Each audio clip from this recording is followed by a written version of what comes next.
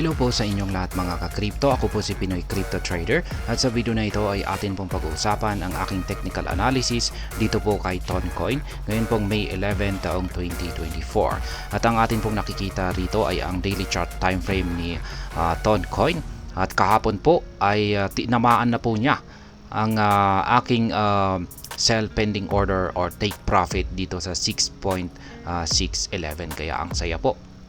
At base po sa ating mga signals dito ay patuloy pa rin po ang kanyang pag-angat sa presyo at mukhang isusunod po niyang akyatin yung pinaka price target natin dito na 7.698. Yan ang kanyang pag-angat po sa kanyang presyo na ito ay dulot po yan ng kanyang breakout mula rito sa descending triangle pattern natin dito. Kaya yan, bago po tayo magpatuloy ay nais ko lamang po munang bigyang linaw ang aking disclaimer kung saan ang nilalaman po ng video na ito ay hindi po ito isang financial advice. For education and information purposes lamang po ang layunin nito. Maliban po dito ay nais ko na rin pong magbigay papala na wala pong kahit anumang group chat ang Pinoy Crypto Trader. Yan, check po muna natin ang kanyang performance dito kay CoinMarketCap kung saan ay siya po ang top 8 by market capitalization. Kaya yan, sa itaas lamang po niya, sinusundan lamang po niya itong si XRP at sa kanyang sa ilalim ay ito naman si Dogecoin. Kaya yan, top 8 po siya at pasok po siya sa top 10 ng mga top meme coin, mga top cryptocurrency natin. Kaya yan, yung mga iba ay nakakaranas po ng pagpagsak. Ayan, red na red yung kanilang performance kasi si Bitcoin ay bumabagsak. Kaya halos hinahatak po niya ang buong crypto market. Pero pagdating po rito kay Toncoin ay kakaiba po sa kanya sapagkat umangat po siya. Umangat po siya ng 6.71% dito sa kanyang 24-hour performance tapos 18.92% nitong nakalipas na 7 days. Kaya ayan, tanging si Toncoin lamang po ang may kakaibang performance dito kung saan ay umaangat po siya dito sa ating mga top 10 na mga cryptocurrencies. Ngayon yung kanyang market cap ay umangat po ng 6.85% at ang kanyang trading volume ay umangat naman po ng 70.95%. Ngayon ay check naman po natin ang kanilang official X account kung meron po silang announcement na posibleng nagpapaliwanag kung bakit siya ay umaangat. Ayan, last 10 hours ago ay Ton Culture Kings Dorib. In Ton Culture Kings, we examine the weird and wonderful world of meme coins on Ton blockchain. Kaya ayan po yung kanilang latest na announcement dito. In-examine daw po nila yung kanilang mga meme coins na gumagamit ng blockchain ni Ton. Last 16 hours, launching an exclusive event to celebrate Mexi now supporting Ton USDT with gas fees. Zero gas fee, 500 ton for grabs. Kaya ayan, mukhang ito po yata siguro yung nagdulot sa pag-angat nitong si Toncoin or patuloy na pag-angat ni Toncoin. Kasi dito sa Mexi, isa po itong top crypto exchange, itong si Mexi ay naglabas po ng support dito sa Ton USDT pair. At ang talagang maganda talaga rito ay meron silang zero gas fee. Ayan, zero gas fee po ito. Walang bayad yung kanyang transaction kaya maraming nagkagusto po siguro rito. Kaya ayan, maraming nakikipag-participate ngayon dito. Ayan, yun nga lang at join and share 500 ton. Ayan, meron pa silang pag-giveaway dito na 500 ton na 500 ton coins. Kaya ayan, ipamimigay po nila ito at ito po ay matatapos hanggang May 24 po siya.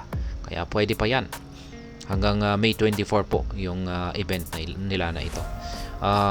The NOT coins, NOT token, which will be minted on Ton, will be listed on May 16. The project announced overnight. At least 3 crypto exchanges, Binance, OKX, and Bybit, will have lined up to support the rollout. Ayan, yung si NOT coin. Yan, nakikita ko po yan sa mga posts ni Idol Online Rocketero. Ayan, nakikita ko po yan, itong si NOT coin. Kaya yan, malilista na raw po ito kahit Ton. Ayan, ngayong May 16. Ayan, May 16 po siya. The projects announced overnight. Dito po pala sa mga exchanges na ito malilista itong si Notcoin dito kay Binance, OKX at saka kay Bybit. Ayan, isa po itong magkakaroon po talaga ng impact yan dito sa presyo ni Notcoin. Kaya ayan, yung mga nakapag-participate dyan sa airdrop ng Notcoin ay ayan, posible po kayong magkaroon ng malaking gain dito. Ayan, lalong-lalo na kung malista talaga ito kay Binance. Ayan, OKX at saka Bybit ang mga top crypto exchange pa naman ang mga yan. Last 19 hours, good morning to all the innovators, future giants, and culture kings who's building out Freedom Tech on Ton. We regularly interview founders for our blog series, getting the community familiar with the amazing builders on Ton. Ayan naman po, isang pagbati sa mga builders, yung mga nagki-create ng mga projects dito sa blockchain ni Ton. Kaya yan yung kanilang mga latest na tweet or announcement dito. Kaya mukhang yung pinakamalaking announcement po nila rito ay yan nga, yung kanilang event dito. Ayan, na namimigay po sila ng 500 ton coin sa mga sasali sa pa-event nila na ito. Kaya napakasimple lamang pong sumali rito. Nandito po yung mga instruction. Follow lamang daw po ang official MEXC at saka Ton blockchain. Ayan, tapos repost yung event, tapos kumplituhin ninyo yung task dito. Ayan. At maaari na po kayong mabigyan or magkaroon ng share or bahagi sa kanilang ipamimigay na 500 ton. At ayan, balikan na po natin ang pagti-technical analysis dito sa daily chart time frame ni Toncoin.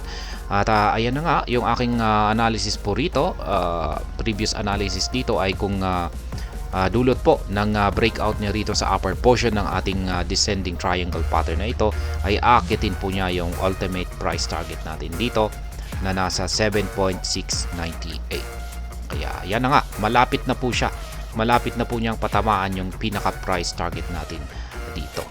Kasi nabasag na rin po niya yung resistance line natin dito sa 6.611. At dahil po dyan ay na-trigger na rin yung ating sell pending order dito, or nakapag-take profit na po tayo rito.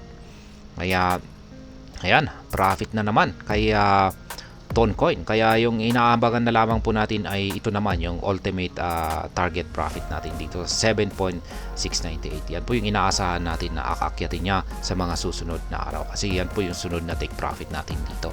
At dahil dyan ay meron po akong sinet na nakaabang na buy pending order dito. Ayan, nag-set na po ako ng buy pending order dyan. Kung sakaling babagsak po siya sa presyong yan, ay ako po ay bibili ulit. Front lamang natin ito. Kaya ayan, sabihin natin na nagkaroon po siya ng correction dito. Ayan, bumagsak po siya, ay ayan, bibili po ako dito sa 5.522.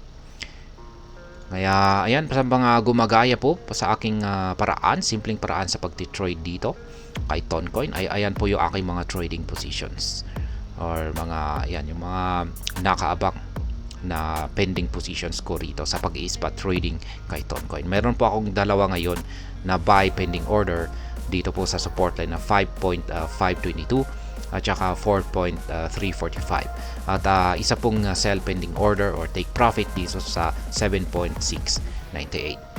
At ayan, base po sa ating dalawang indicators ay ayan, nagpapakita po ng kulay green or bullish signal ang ating Hallswitch indicator, at ganun din po yung ating QQE mode indicator dito. Kung nagpatuloy po yan na ang lumalabas na nabubuong QQE bar ay kulay blue na lumalaki ang sukat, at ganun din habang humahaba ang ating Hallswitch indicator ay nananatiling kulay green, ay mataas po ang posibilidad na magpapatuloy sa paghangat itong si Toncoin, at ayan, mapapatamaan na po niya yung ating pinaka price target dito na 7.698.